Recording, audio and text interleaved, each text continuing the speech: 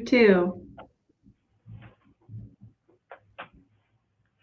Hello and welcome to Summit Pacific's conversation about diabetes. I'm Cindy, and as you can see, there's Sarah who's joined us, and we'll go ahead and start. Sarah, do you want to introduce yourself? Yeah, sure. Hi, everyone. My name's Sarah Carasino. I'm the registered dietitian at Summit Pacific. And let's see, I have been a dietitian since 2004. So that's going on 16 years, it seems like, which is strange, but here we are. And yeah, I see primarily outpatients here, but I do also see some patients if needed on the inpatient end in the hospital building. And it's been a real pleasure to work here. Great, thank you for that. And I'm Cindy, and my job here at Summit is I run the programs out of the Wellness Center, but I am a licensed naturopathic physician, and I head up our diabetes support group as well as work with our patients who have diabetes with their exercise concerns. Mm-hmm. And Kat, who is our diabetes educator here, unfortunately can't join us tonight. So we'll hopefully be able to fill in some of the information that she was hoping to share with you. Unfortunately, like I said, she can't be here. And if you're out there, Kat, we miss you. Hope you get better soon. Yeah, get better, Kat. Yeah. So November is Diabetes Awareness Month, and that's why we decided to have this conversation about diabetes. So Sarah, do you want to go ahead and start? Yes. So since it's Diabetes Awareness Month, just like Cindy said, it's a very appropriate time to be talking about this. Also, with the holidays upon us, that can be a very challenging time for people who have a diagnosis of diabetes. So we just want to highlight some of the resources that are available locally to you, and especially here at Summit. We have community support available. Cindy runs a fantastic support group. And there's also education in the form of coming to meet with me. I see outpatients here at Summit for a lot of people come to see me for talking about diabetes and how to manage blood sugars in terms of how nutrition plays a role in that aspect of their diagnosis. So you can come see me, you can come to the support group. Cindy has an exercise class that's going on right now called Summit Fit. And it's an awesome opportunity to stay active and moving for the months of November and December.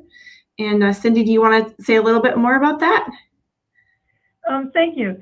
So yeah, the Summit Fit is, we do it live between 12:30 and 1:30 on Tuesdays and Thursdays through Zoom.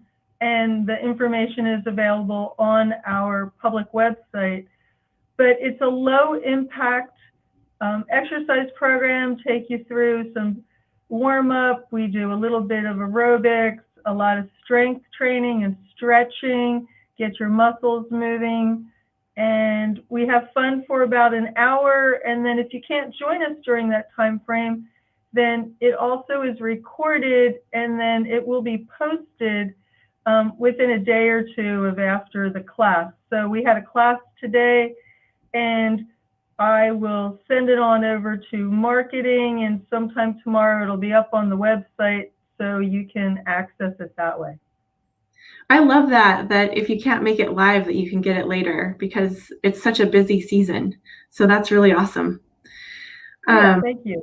Yeah. And then another resource we have here is care coordinator nurses here. So Kat is one of the care coordinator nurses, and she does a lot of work with people who have the diagnosis of diabetes. And she does a lot of phone calling, trying to just check up on them, set goals with them, make sure that they know how to take their medications, kind of a go-between between them and their doctor as well. So she does a lot of work here. I love working with Kat. And then another one that I almost forgot to say is the WSU Extension here in Elma. And they provide services and resources for people who have pre-diabetes. So that is a really good resource to look into if you don't yet have the diagnosis of diabetes, but have some of the warning signs or have been actually told by your doctor that you're in the pre-diabetes zone. Great, yeah, and Chris, who runs the pre-diabetes program over at Wazoo, she's really good, she's really passionate, and she actually comes over and participates in our diabetes support group just to get more information and to meet more people in the community who are also living with diabetes. So she's a wonderful resource also if you want to reach out to her. And again, that's Chris Kohler, and she's over at the WSU Extension over at the fairgrounds. Awesome. So yeah, thank you for all that, Sarah. So what else is available for people around here? So we have our diabetes support group, we have pre-diabetes, we have education, counseling, exercise, and our wonderful doctors too. Yes. So whether people are part of our organization for their primary health care or you go somewhere else, definitely realize that taking care of diabetes is something that's a partnership. So you get a lot of information from professionals such as Sarah and Kat, but really taking care of diabetes is something that everybody needs to do for themselves. And so we try to personalize this, and our docs upstairs and care coordinators are excellent at that. Yeah. So, yeah. I think everyone here working as a team is really good also about helping the person who is actually living with the diagnosis of diabetes, help them, set goals for themselves. So they're not giving, at least as far as I understand, we're not trying to tell you, parameters that you need to meet. Yes, we're going to tell you where we want your lab work to be and things like that, but what are realistic goals for you? We could say, oh gosh, you gotta exercise for 30 to 60 minutes a day, but maybe you're not there yet. So it's really working with the individual where you're at, what you think is doable, and then kind of chewing away bit by bit to get to the bigger goals. Yeah, exactly. Thank you for that. That's perfect. So, yeah, you ready to go with the slides? Yeah. I have some statistics because we all love statistics, don't we? Some numbers to see kind of where we're at and how common this is in our country. So I have a little slide here to show, according to the CDC website, what's going on in the United States in terms of diabetes. So you can see that so many people have diabetes, 34 million, and 1 in 5 of them don't even know it, which is crazy to think about. And then 88 million, so over a third of us, have prediabetes, and most of them, as you can see, don't even know it.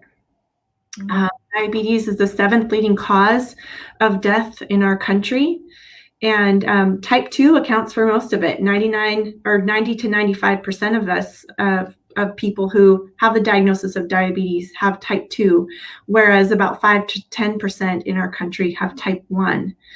And then for gestational diabetes, which is, a diabetes that can occur in pregnancy, 6 to 9% of pregnant women will develop that in our country.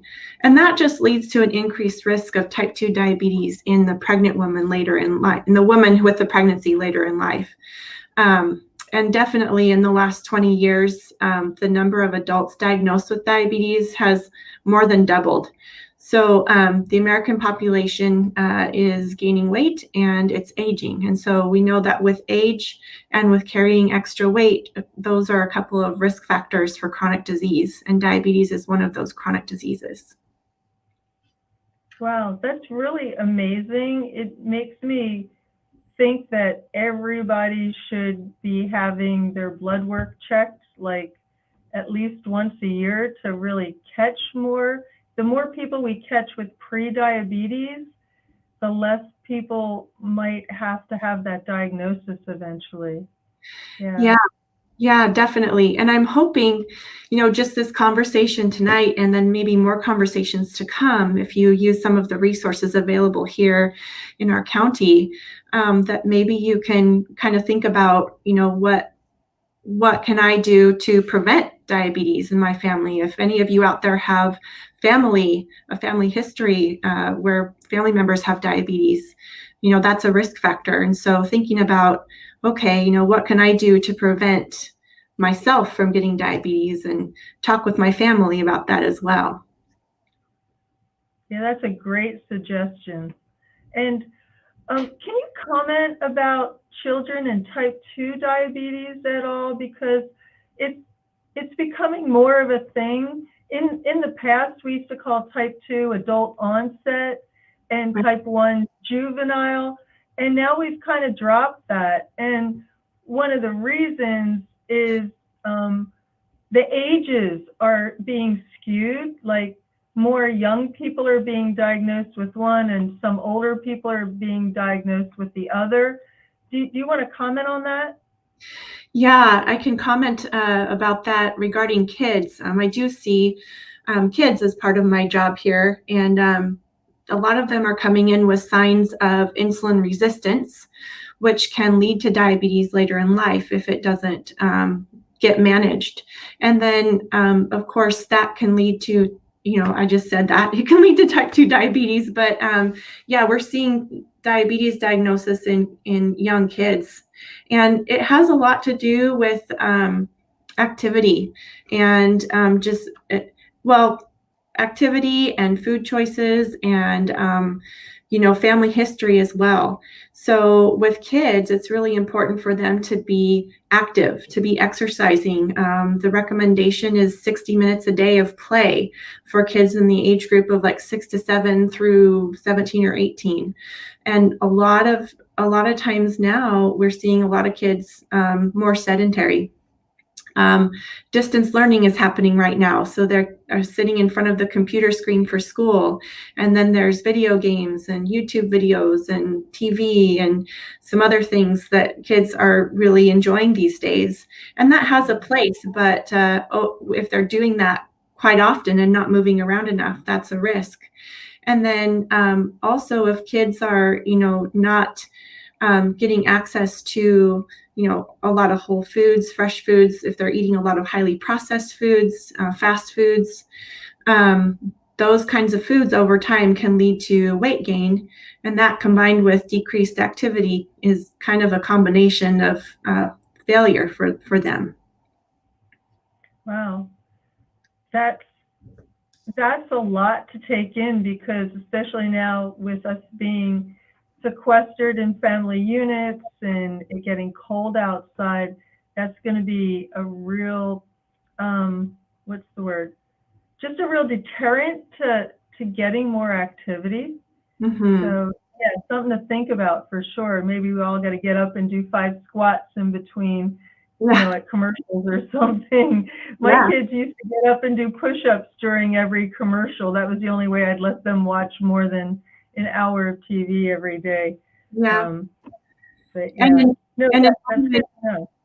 sorry, in organized school, kids have PE, but that's not so much an organized thing right now when they have school at home.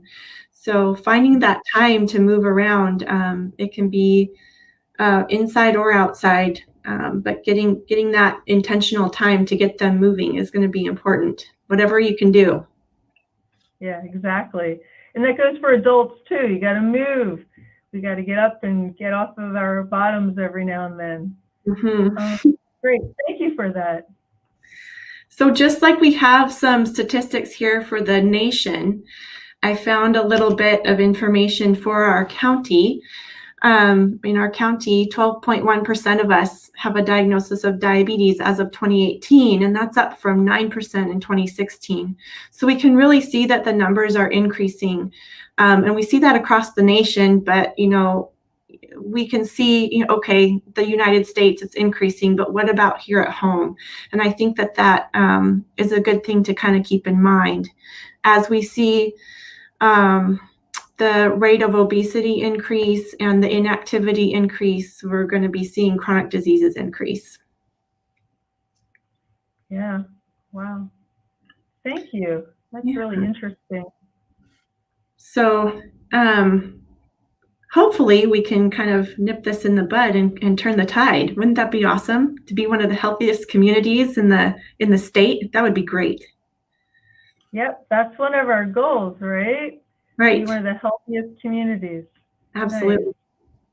So let's move into talking a little bit about, so what is diabetes?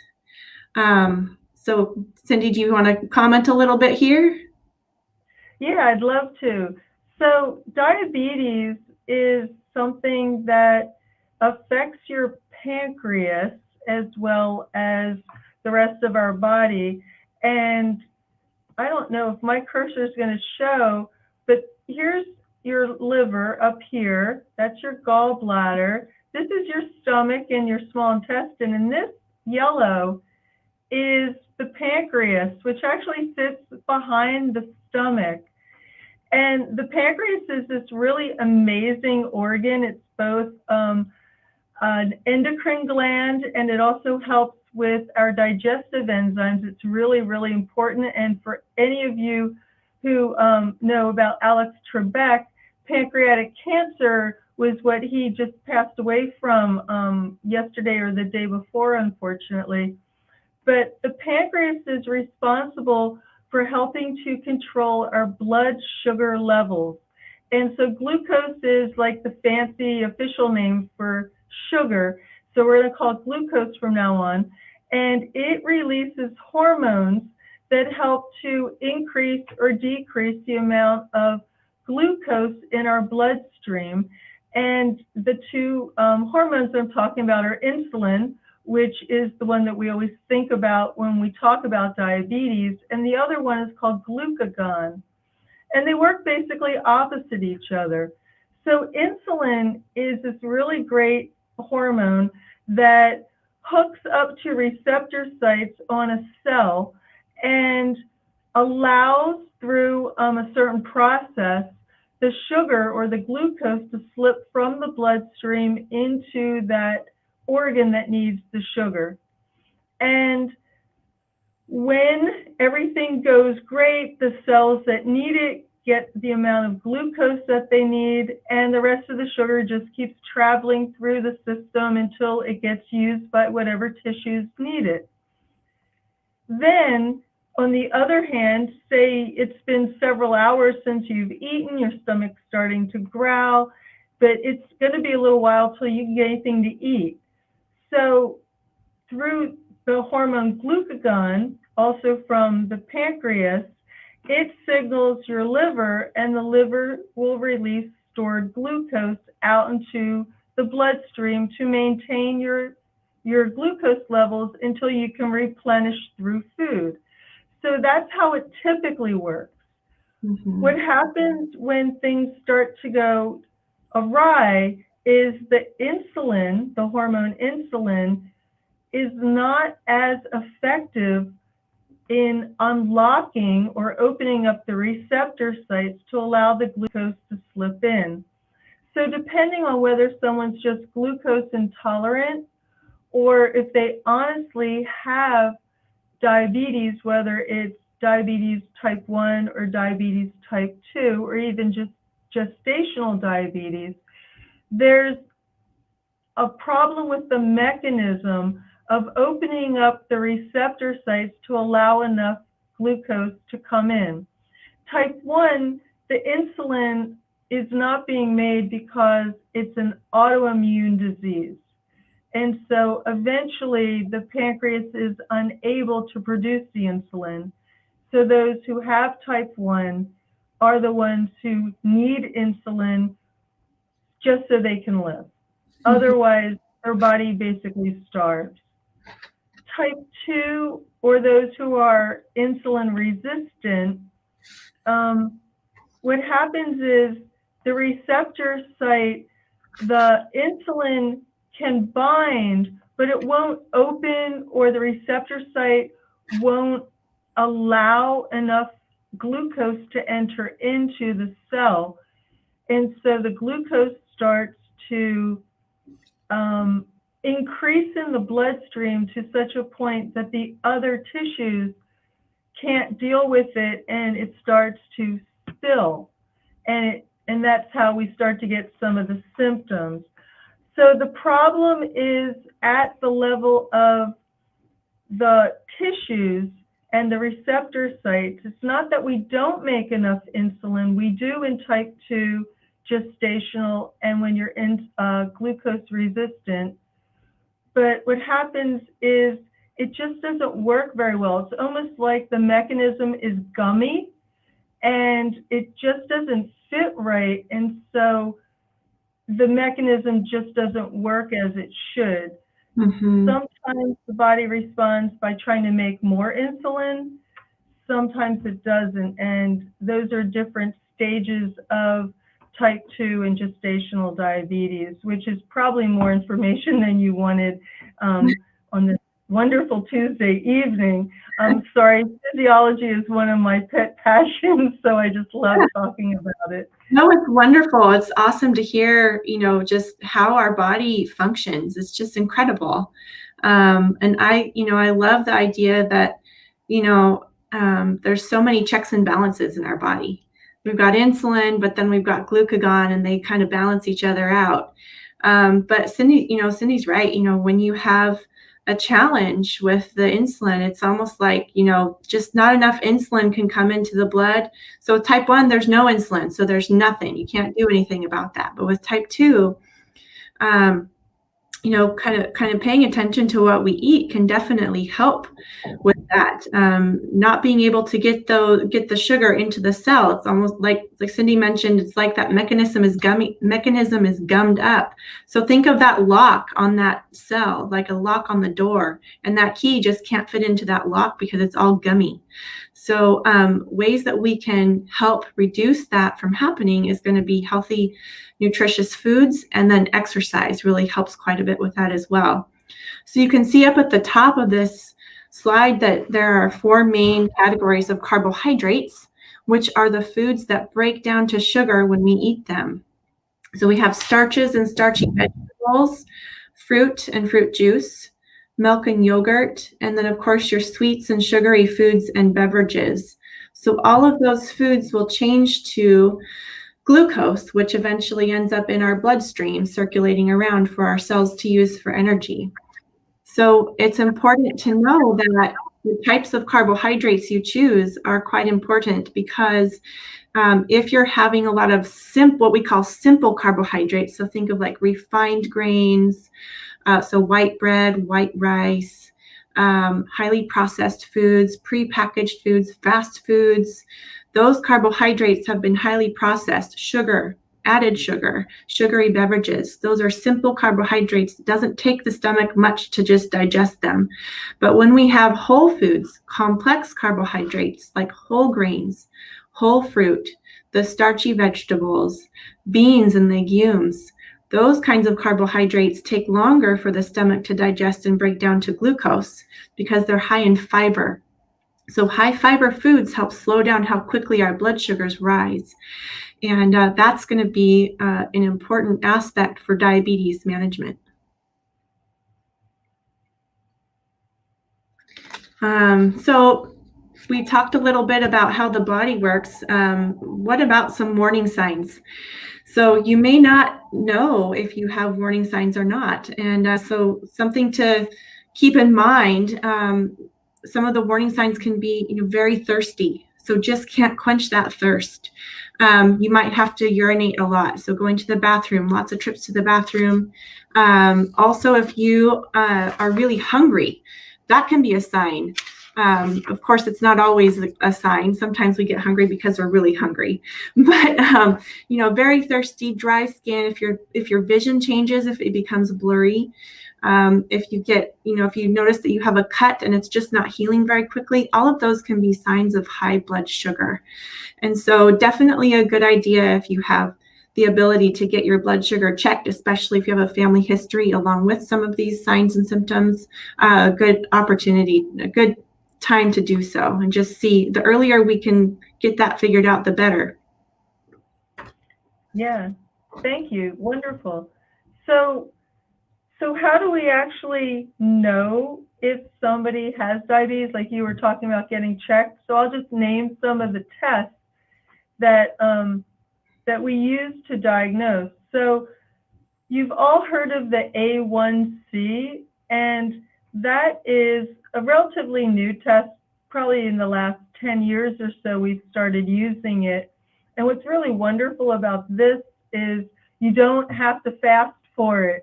So you can basically do the test anytime, which is really, really helpful. And what it does is it looks at a protein in the blood, and this protein that they're looking at helps show an average of what your blood glucose levels have been over the past 3 months.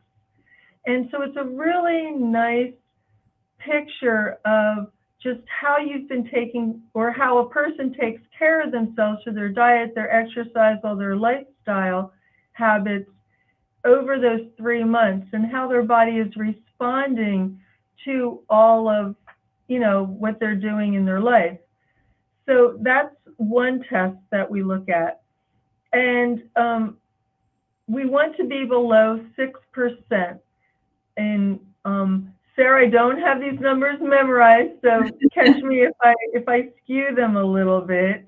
Okay. And then, so in A1C for someone who is pre-diabetic, is it 5 to 6%? Or I think it's like the upper fives, like 5.6, 5.7. They start saying, okay, we're looking at probably pre-diabetes. Mm-hmm. okay, good, thank you. So you want to be under a 5.5 for not having any diagnosis or any concern about follow-ups. So if you get a high A1C, they usually want to do a second test, and they will go to one of the standards, and that means that you are going to have to fast for the next one. Mm-hmm. So they would do a fasting blood glucose. So basically it's a 12-hour fast. If you're going to have your blood drawn at 8 in the morning, 8 at night, you stop eating, you have your plenty of water, you can brush your teeth, but that's pretty much all you should do. Come in, get your blood drawn, and you're good to go. The gold standard, and one that they use in pregnancy still, is the oral glucose tolerance test. And that's when everyone who's had a baby knows this one. They get a very pregnant woman to fast, which in and of itself is a miracle to do. And then they make you drink this horrible stuff called glucola. And if I remember correctly, it's kind of like a Slurpee without any of the fluid to it. So it's really, really sweet and really, really thick. And you have to drink it as fast as possible. And if you're like me, it takes forever to get that down. Yeah. And anyway, so what they do is they take your blood sugar first. They do a draw. Then you drink this stuff. And then every half hour after you drink it, for the next couple hours, you have to sit there and have your blood sugars drawn. And then they watch the curve. They see how fast you go up and how fast you come down. Yeah. And that's pretty much how they diagnose gestational diabetes for the most part. I'm sure there are other signs and symptoms that a good clinician will look for in making that diagnosis. Right. Then, the nice thing to know that is usually you don't have to do the 3-hour test first. You do the 1-hour test. And then I did that. Not fun, but you just do it. Every pregnant woman, their OB/GYN will tell them that, okay, it's time, you're in the 3rd trimester, time for this test. So if you don't pass the 1 hour, then you go to the 3-hour. So that's exactly what you were talking about. You have to see, get your blood sugar test frequently during those 3 hours and see what the rise and fall, what that curve is. And then comes the diagnosis. Yeah. So you don't want to fail that 1 hour. Oh, no. Well, I think they changed it just a little bit because I'm 30 years ahead of you on children. So they used to do a 2 hour, and then they changed it down to the 1 to the 3. So I think they're just trying to find the better way Yeah. to test, because that's really torture for pregnant women to have to go through that whole scenario. Yeah. Yeah. That is one definite thing people usually always remember about their pregnancy, is that oral glucose tolerance test. So there is just one other thing. If say you have impaired blood sugars and they're trying to figure out what kinds of diabetes you have, to differentiate between type 1 and type 2, because there are some young adults who are being diagnosed with type 1 diabetes still. And as we talked about some children being diagnosed with type 2, then we need to actually differentiate that the pancreas is failing. And they do this through one of two other tests. One is testing for antibodies that would show a reaction against the pancreas. And then the other is called peptides. And so these are proteins that they look for in the blood, in your blood sample, to help with confirming a diagnosis of type 1 as opposed to type 2 diabetes. And I just wanted to point that out because it's really important in differentiating those two types, especially if you have a younger person, say under 25 years of age, and we want to get the correct diagnosis. And then on the other side, say you have a 30-year-old, and it might be a late onset type 1 diabetes. And again, if there's any question in the clinician's mind, they will have to run an antibody or a peptide test to actually confirm and that it is a type 1, or to rule out and have the type 2 diagnosis confirmed. So I just wanted to point that out. It sounds like a lot of nitty-gritty, and if you're the one on the other end getting all that blood drawn, you definitely want to know what all that is being used for. Right. And you want to get it right. You want to have your clinician doing these things for you because they want to get it right so you can have the right treatment if you have one of those types of diabetes. Yeah, for sure. And so that is pretty much diabetes. So some of the types, again, we had the type 1, the type 2, gestational diabetes. And gestational diabetes is one that pretty much comes on during pregnancy. And then after the baby is delivered, their diabetes kind of like cures itself. And it seems pretty miraculous.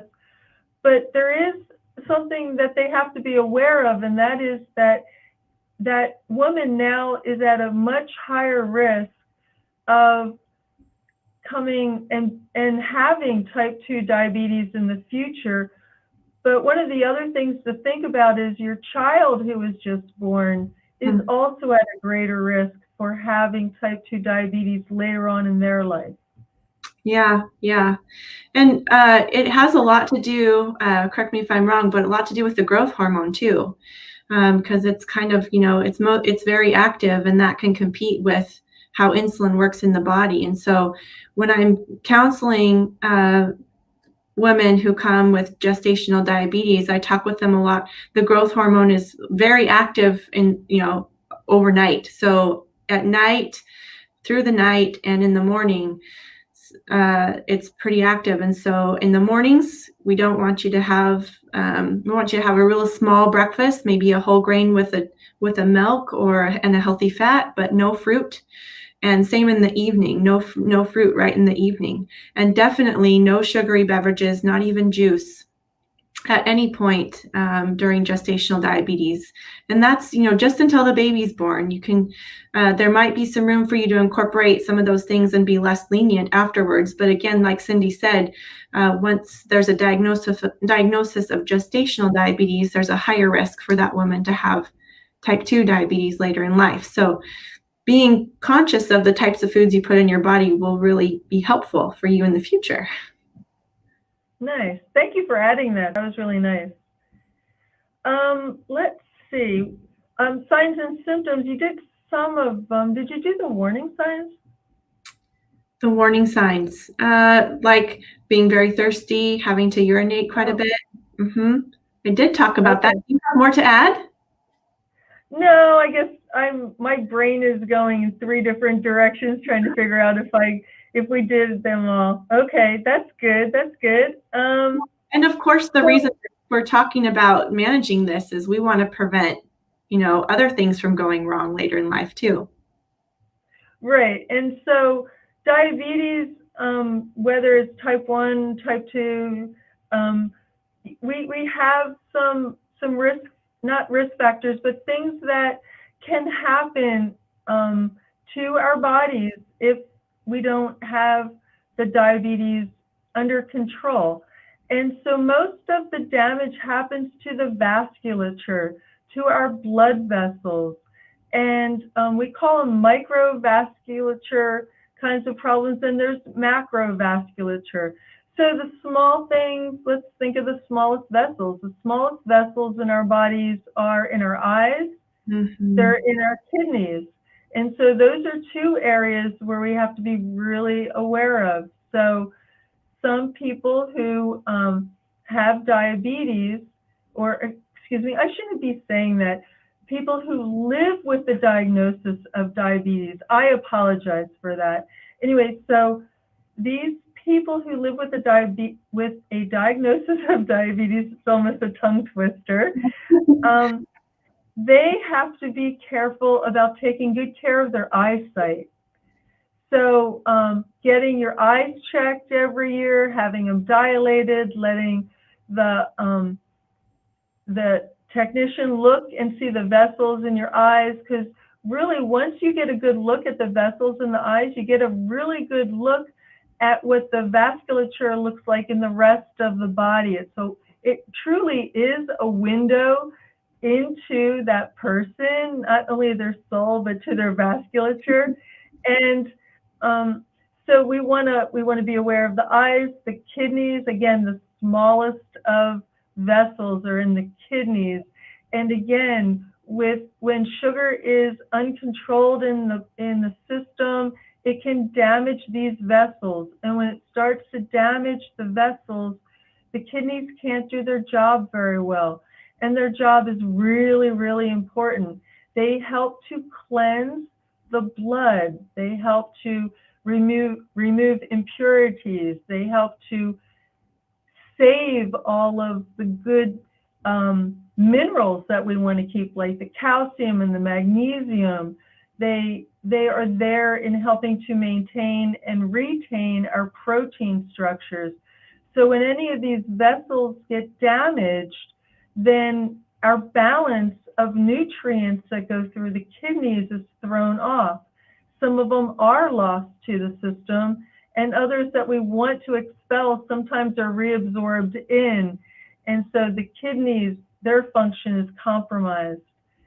Looking at the macrovasculature, cardiovascular disease is the biggest problem that we think of.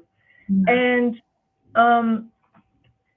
I think that there's so many things that can happen. You can have hypertension, you can have peripheral vascular disease, and that's when, like, say, the vessels in your legs start to get clogged, and so you have pain just walking to your car or through the store. And so you have to be aware of some of those other problems. They say that 8 out of every 10 individuals who live with diabetes end up dying from some form of cardiovascular event. And the risk of a heart problem or stroke is enhanced by 2 to 4 times just by also living with diabetes. So those are enough, in my opinion, to move diabetes up in our mortality rate, because if we have a lot of cardiovascular ramifications, it probably is a little higher up there, because sometimes you don't know if it's the diabetes or the heart problem that the person actually succumbed to. Yeah. So those are just some of the problems. There's also nerve damage and people losing limbs because, as you mentioned beforehand, some of those wounds don't heal. And people who don't have any feeling, they might have a new pair of shoes on, or you get a pair of shoes out that you haven't worn in a while. You go for a nice long walk and you don't realize you have a blister. And the next thing you know, you have an open infection, and there you have another battle. Yeah, definitely. And then it's kind of a vicious cycle, when you have any kind of stress. So whether it's a physical stress or emotional stress, that can drive your blood sugars up too. So with high blood sugars, our wounds don't heal very quickly, but then we have a wound that's causing stress in our body. So it's kind of a vicious cycle. But, kind of going back to all of those risks that Cindy just mentioned, that just keep in mind that that's a risk of uncontrolled diabetes. So if we can get a handle on, making sure the blood sugars stay within goal range, with nutrition, with exercise, and with medications, then we can stave off a lot of those chronic complications for a long time. That's the hope. And that really does work. We can kind of push those aside and manage our diabetes in a way that will limit our chances or reduce our chances of those chronic complications. So there's 4 main risk factors for diabetes, and we know that some of these things contribute to the obesity and lack of activity that we're seeing, but 4 main ones that we'll touch on individually are illness. So what happens when you're sick? Your sleep, how much sleep you're getting can impact your blood sugars, stress, and meal timing. So let's talk a little bit about illness when you're sick. Again, when you're sick, blood sugars, it's a kind of stress. So cold, flu, an infection, or some kind of other illness, your blood sugars will be up higher. So it's very important, if you're a person living with diabetes, to test your blood sugar much more often. And also, if you take medications for diabetes, continue to take those medications, even if you're sick and feel like you just can't eat. Drinking calorie-free liquid every hour is going to be a good idea. You want to prevent dehydration. So keeping hydration up is a very important thing when you're sick. If you have a fever or have diarrhea or are vomiting, that's especially important. If you're feeling nauseated, try just taking small sips of water or calorie-free liquid every 15 to 30 minutes. What happens if you can't eat? Because a big part of diabetes management is eating pretty consistently. So having meals about the same time, having about the same amount of food at each meal, and not skipping meals. But when you're sick like this and you just can't hold food down and you just don't have an appetite, there's some things that we can do, kind of using some sick day foods. So foods that we might not normally incorporate when we're managing our diabetes, when we're eating normal foods. So if you can't eat regular food, you can replace it with liquids or soft foods.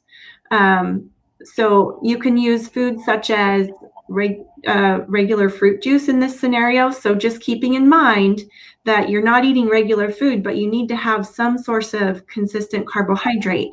So every 3 to 4 hours, trying to eat, or take in that same meal's worth of carbohydrate. So let's say, you are having 2 or 3 servings worth of carbohydrate foods at each meal on a typical day, which would translate to about 30 to 45 grams of total carbohydrate.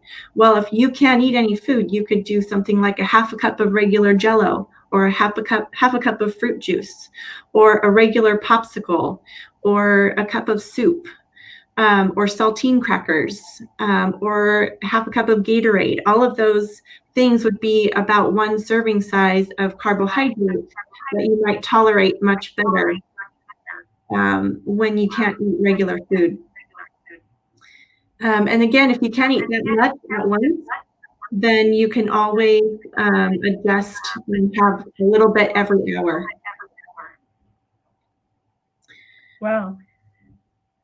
Sounds like a lot to remember when you're not feeling well. Yeah, it is. It's important to kind of know what to do ahead of time and have a little bit of a plan in place so that you can kind of know what to do on the occasion you do get sick. Hopefully you don't, but we all kind of, those viruses getting out, especially now with the pandemic, kind of good to know something to do ahead of time. Well, yes, thank you. And I think maybe people should put a little sick, a little area in their kitchen with some supplies just in case they do get sick. So it's already in the house and they wouldn't have to worry, especially if they don't have easy access to get out and get that sugar-free sugar-free beverage or some broths or something to help get them through. Yeah. Do you suggest having some extra supplies put aside, or like what kind of sick day toolkit might somebody need? Do we have any resources here at Summit that possibly we might be able to share with people? This might be a Kat question, and if it is, we'll just tell everybody to contact Kat later. We'll give you her phone number. No, I'm teasing. No, I think, just having some of those foods on hand, just to save it in an area to where if you're sick, like maybe you have a box of saltine crackers, you have some Jello mix, you have maybe some boxed 4-ounce sizes of apple juice that you can keep in your fridge. So it's already pre-portioned for you. Oh, that's a great idea. Then you wouldn't even have to think. You could just grab it, use it, and keep going. Right. Because when you're not feeling well, you don't want to be doing anything like that. No meal prepping happening when you're sick. Good. Well, that's a great suggestion. So, was there anything else about illness that you wanted to add? I think it's important to know when to call your doctor. So if you can't keep liquids down for more than 8 hours, or if you can't eat your regular food for more than a day, or if you're throwing up or having diarrhea, all of those are good things, not good things, but are good reasons for you to call your doctor and let them know, because they might need to address it in a different way than you're trying to fight at home. Great suggestion. And definitely, I would suggest having all of your numbers available in a place that's easy in case somebody comes in to help you out and you're just not feeling well enough to even think about where their numbers might be. So having, emergency contacts easily available in every house is probably a good idea, regardless of anybody's health status, just in case anybody gets sick and you need to get that number quickly. Well, you talked about stress already. I think I want to add a little bit. And so illness is a stress on the body. So stresses could be good. They can be bad. And we need stress. It's kind of what keeps us going. But stress might be something like an exam or having to get ready to meet somebody important. And so sometimes it's things that you can't avoid, as opposed to other times it's that voice in your head that keeps gnawing at you because you might have forgotten to do something. And so it's like this internal stressor that just keeps at you. And so there's so many different things that cause us stress. And I just want to point out that like exercise is also a stressor on the body, but it's a good stress on the body unless you're overdoing it. so there are variations of good and bad stresses. But stress, as you've already mentioned, increases our sugar levels, our glucose levels, and it does it whether you're conscious of it or not. And so that's one thing to think about is, you know, you have an exam coming up, your sugar levels are probably going to come up, right? If somebody said something to you, you might have other coping skills for that stress. Some of us are emotional eaters. Other people are emotional non-eaters. And so you need to weigh which you are. And if you're an emotional eater or even a boredom eater, you need to rein that in, because more food in the system would put a stress on your pancreas and your insulin and all those receptor sites. So double-edged sword. So you got emotional eating. You might also have disruptions in your sleep when you're stressed. And that's another real big risk factor, is the amount of sleep. But I'll get there in a second. So we need to remember to control stress. And how do you control stress is totally different than how I control stress. I'm somebody who will go out and go for a walk if I'm stressed. I like to exercise it off. Other people like to sit and meditate. Other people might find craft working to be something that takes their mind off of the stress. Somebody else might want to have a conversation and air out their concerns. So different reasons for being stressed would have different solutions to how you would handle the stress. Just know that any type of stress would impact your blood sugar levels. And so that's one definite risk, as we've already know, isn't always something that we have control over. So you might have to have an attitude of, well, I just got to roll with it because it's going to make me sick if I let it. And sometimes it really does make you sick. Sleep is something that for some reason we don't get enough of, and yet we all crave it. Isn't that crazy?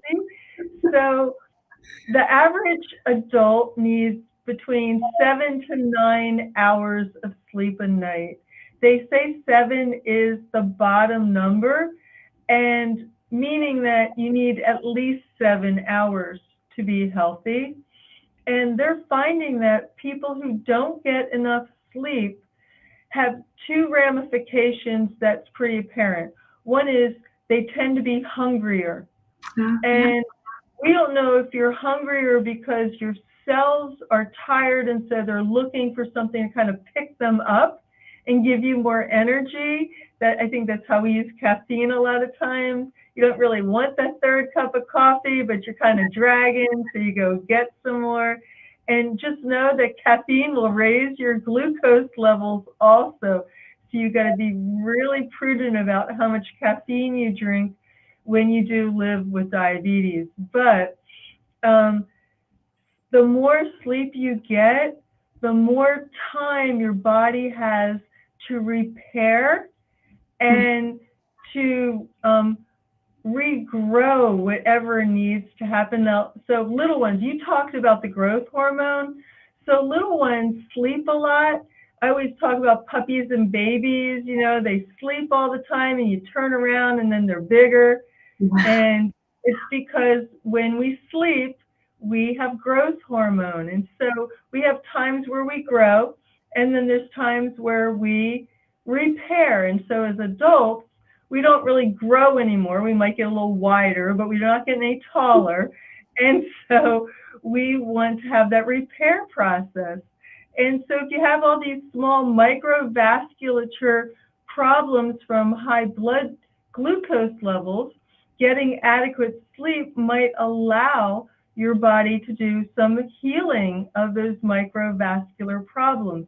Now, I'm not saying this is going to solve it, but getting enough sleep is definitely something that will help with the situation. Also, getting enough sleep, they have found, helps to decrease our body weight. And it has to do with that extra eating, for one. So when we get enough sleep, we're not as hungry. We make better decisions. We take better care of ourselves. We tend to eat better. We have more energy, so we move more, and we tend to have our weight in check. Yeah. People who don't sleep as much as they need, and again, this is an individual amount. I think I need 11 hours of sleep every night as opposed to 7. Not going to get it, but I know that that's something that one day I might achieve. And I'm saying this for Sarah's benefit, because she still has a little one, so she's not getting as much sleep as she needs through the night.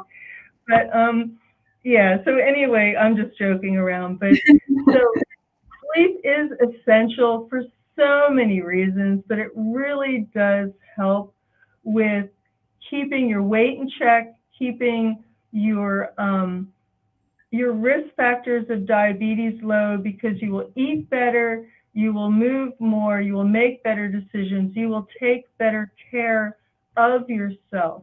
Yeah. And so with that, I'm going to let you finish with the last risk factor. That's such great information, Cindy. And that kind of leads into talking about, when we have enough sleep, you said we tend to make better decisions and more consistent about our routine.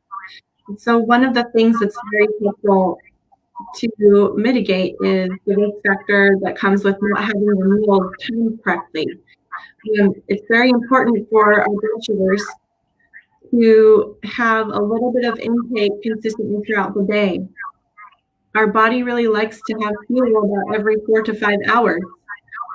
So if we are going too long between meals, you can see, when we eat, our blood sugars rise as we're digesting the carbohydrates, and then insulin starts to do its job and bring the blood sugar back down, because the sugar is going into the cell where it needs to be. So if we go too long between meals, our blood sugar can start to get too low, and then if our cells need more sugar and we don't have enough available, the process we talked about earlier, our liver can start breaking down sugar and send it into the bloodstream. So this happens a lot, like if you go to do a long time overnight without eating. So you had dinner at 6 and didn't eat again until maybe 8 o'clock the next morning. That's a long time. And so sometimes our blood sugars can be high even though we haven't eaten anything, because that liver is taking in sugar. So timing is very important. And having a healthy snack, if you go too long between meals during the day, is a very good thing to keep in mind and have a plan for. And I have a slide, I believe. Let me see if I can find it here. Just talking about healthy snacks. When you're thinking about setting up a snack, choosing types of foods that are going to serve your body well, and choosing a couple different food groups. You can see whole grains, fruit, vegetables, low-fat dairy, having some high-fiber food with protein combined, and also incorporating the healthy fat. So all of those foods are great to build up a little snack. And keep in mind that if you're exercising, it will be a great thing to do with your blood sugar, especially if less than 100 before exercise. So if you're a person living with diabetes and are testing blood sugars and want to start incorporating exercise, make sure you test your blood sugar before you go out to exercise. And I put in also a little slide that has some snack examples to maybe get your creative juices flowing for some healthy foods, nutritious ideas to have on hand for snacks. Some things that I enjoy for snacks include a piece of fruit with peanut butter or celery with peanut butter. Sometimes I'll have a rice cake with almond butter on it as well. What else on here? I really like the idea of having a cracker with some cucumber slices in it and maybe some tomato and some light cheese. That sounds delicious. So you can really get creative with the snacks without having to resort to the highly processed, pre-prepared options. Yeah, Hey, Sarah, the smashed avocado on whole wheat toast looks really good. Put a few slices of cucumber on top of that, and I'm ready for it. Yeah, So I definitely. just wanted to point out one thing with the exercise is you really should test your blood sugar about a half an hour before you want to exercise. So you do have time to adjust and eat that snack. Otherwise, you're going to be slamming down that food and then getting into your exercise class, and that's not a good scenario. Right, that's You a good definitely want to have some time. Yeah. Wow. Thank you for all of this. This looks wonderful. You're welcome. Yeah, there's lots of good ideas out there. And if you're looking for more ideas, Pinterest is a great resource. You can just type in the search bar whole food plant-based, and you'll get a lot of whole food options to make recipes. You can look for snacks or entrees or side dishes. All of those things, especially with the holidays coming up, if you want to have some healthy twists on some of your favorite dishes, I highly recommend searching for whole food options for your favorite recipes. Wonderful. And there is another website that's really awesome, and it's called diatribe.org, DIATRIBE.org. And they had lots of recipes, lower carb, but they were comfort foods. Yes. And I noticed them today, and I think I tried to send them over to you. I don't know if you got it or not. I did get them. I didn't have time to get them into a slide, but yes, there's some great recipes on that page. I highly recommend looking at it. Yeah, so the resources out there are just increasing all the time. And if you have time to go on the web and start to search, you can find all kinds of healthy snack ideas. And I am just amazed because some of the recipes are just amazing. And I've made a few of them, and they're delicious too. So it's really worth it. Yeah. And it's not just for people who live with diabetes, it's for anyone who wants healthy snacks. Yep, exactly. And keep in mind also that heart disease is the #1 killer in our country. And a lot of these things that we're talking about is very helpful for managing heart disease as well. So there's a lot of information that we can kind of put together with those two chronic diseases. So it's very, very good information for no matter if you have diabetes or heart disease or feel like you're healthy as a horse. Yeah, for sure. So thank you for that. Yes. And I guess that takes us to just one little thought is that when somebody does have special dietary needs, say they're a vegetarian or a vegan, then eating healthy tends to be a little harder.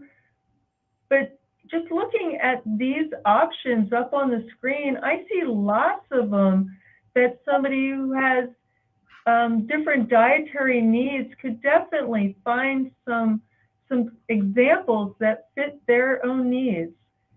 So yeah, thank you for this wonderful resource. You're welcome. Great. So you mentioned fiber before. Do you want to just talk for a minute or two more about fiber and how it works in with these healthy snacks? Yes. Or maybe just fiber in general? Yes, fiber is the structural part of plants. So in whole grains and fruits and vegetables, and beans and legumes, and nuts and seeds. So all of those foods are high in fiber. Fiber is a part of the plant that does not change to sugar when we eat it. So, and also it kind of not slow down, it slows down how quickly our blood sugars rise. And the stomach has to work a little bit harder to break that food down. So with fiber, the recommended amount to get each day is 20 to 35 grams for adults. And if you're doing For example, if you're including 5 servings of fruits and vegetables a day, so if you've heard the slogan 5 a day, that's where that comes from. And if you're eating at least 3 servings of a whole grain food a day, along with some additional, nuts, seeds, legumes, you'll easily hit that 20 to 35 gram recommendation. And then if you're a kiddo, just add 5 to their age. So if you have a 7-year-old, 4 grams a day would be their goal. But yeah, the fiber is also really good for helping keep us regular and managing blood sugar, blood cholesterol. It's kind of a one-stop shop for all of the things that need to be addressed. That's great. And so that's another really good reason to eat more vegetables and plant-based foods on a daily basis. Absolutely. Great. Nice. So Sarah, I just noticed our time. Do you want to do your last slide maybe? Oh. Your stoplight? Oh yes, I forgot about this. Thanks for reminding me. Yes, I love this slide because it gives us an easy guide to what kind of foods to incorporate most often and least often. So using a stoplight, green light to go, yellow for caution, and red for stop and choose carefully. So under the green light section, we see all of the unprocessed plant foods. So think of foods as close as how they come out of the ground or from a tree. Whole grains, legumes. If you were to grow carrots or potatoes or corn on the cob, this is naturally as they occur in nature. Those are the foods to incorporate all the time. Yellow light foods are going to be the plant foods that have been processed, as well as any unprocessed animal foods. So examples you see on here include bread or a steak. So other examples would be chicken breast, turkey breast, fish that hasn't been processed. Other processed plant foods would be things like crackers or tortillas. So those are going to fall in the yellow light category. And the red light foods are going to be the super ultra processed foods, both plant and animal foods. So these are going to be foods that are going to wreak havoc on our blood sugar: chips, cookies, candy, soda, hot dogs, bacon, all of these highly processed foods. And the quote here is, ideally, these foods should be avoided. Just like running a red light in the real world, you may be able to get away with it once in a while, but you wouldn't really make a habit of it. So these are going to be really like special occasion, like very once in a while food, not a daily routine.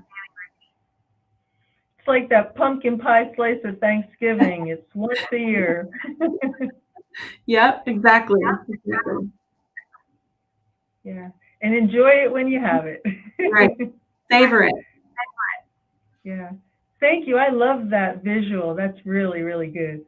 I think it really helps simplify things. Yes, the simpler, the better. Yeah. Wonderful. So I'm always asked, can diabetes be reversed? What do you think, Sarah?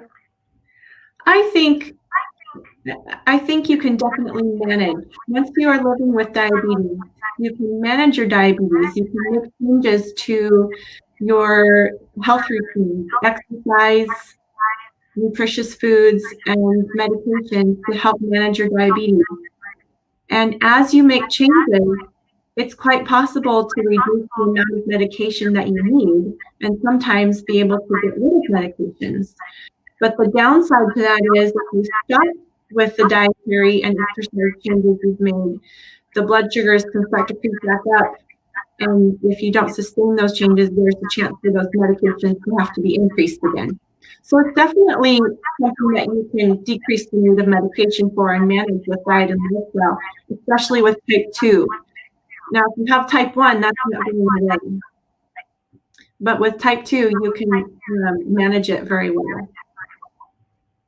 Great, thank you. So once you have the diagnosis, you're always considered to have the diagnosis, but you might not necessarily have to deal with the symptoms or the medications. If you, as you said, if you eat well, you exercise, and you really are mindful of getting enough sleep, keeping your stress under control, and just always monitoring what you're doing so you're making really good choices. Right, right. Very nice. So I'm not sure if we have any questions. I'm not seeing any.